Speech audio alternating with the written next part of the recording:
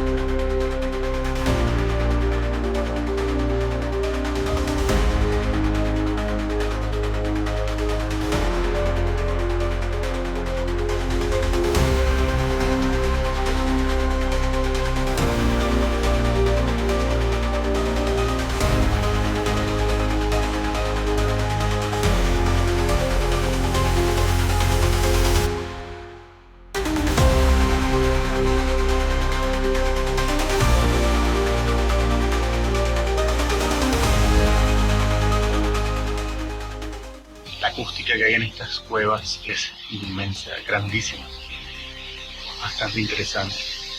Anteriormente fue una cueva de murciélagos que está antes de esta cueva, bastante genial también. Se pueden escuchar los murciélagos aquí, supongo que estaban durmiendo.